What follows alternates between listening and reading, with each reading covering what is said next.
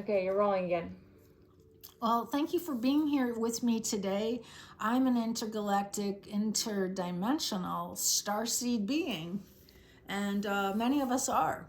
So I thought it would deserve some mentioning, and that we should also be included in the mix of the subject today, which is preset reality versus setting your own reality. When you set your own reality, you have to be very mindful of what you have to work with, which is why, you have to take care of yourself and you have to make a good base for your life and to launch other possibilities of reality. It's important to plug into the first circuitry of what is important for yourself and others in this reality. But then you can use that as a base to step outside the material realm. And the material realm is important, but then we go into the upper realms, the upper chambers of our being, we get to realize that there are other dimensions and other realities that exist and coexist right alongside of us, but completely invisible unless otherwise interacted with in this way, which is why I wanted to talk to you about the fact that you could set your own reality as well as not feel badly that you don't feel like a kinship with the present group thought consensus that's in the media, but that you could actually feel okay about having another reality set. Like you're not obligated. We're not obligated to always be in response to what is happening. We can be in our own understanding of life and then let the God self within us take over.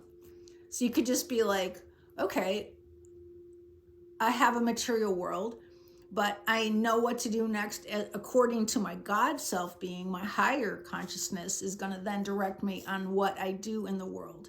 But this involves interaction and it involves interplay. It involves, getting messy and trying things and not knowing and being willing to not know and still stay with things when they're hard. My favorite bumper sticker that I am going to design is life is hard and nothing's wrong. So we get a little tougher along the way and we understand when we try new things, it's okay if we're in the unknown and it's scary. That's the right feeling. And you should not be discouraged.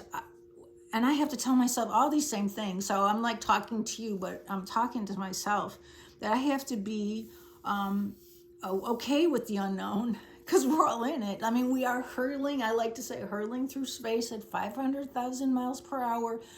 And that's, that's the lay of the land. And that's pretty scary because, it's sci-fi. It's a sci-fi reality.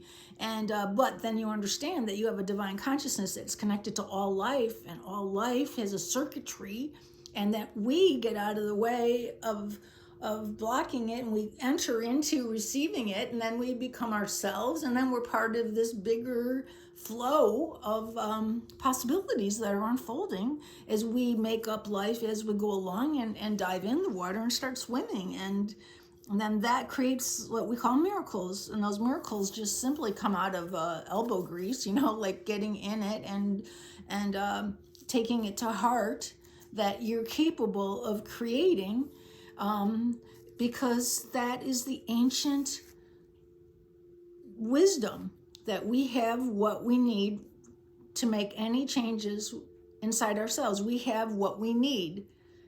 In fact, we're fully equipped to do the most amazing things in this world and in other dimensions. And we bring ourselves wherever we go in other dimensions. So your energy is up to you, and you have to set it and you have to fill it up with you. And that's the beginning of a long conversation, and that's why we're starting the conversation today on the subject of group thought consensus, preset reality, setting your own reality, and what does it mean to be made of energy, and should you be more conscious of your aura, because after all, that's your energy signature that you're taking everywhere. So that's the thing. You got to know who you are and bring that wherever you go, and that's called your energy. So here's my energy, and I'm really glad to be in the energy of my God consciousness and share it with you. Namaste.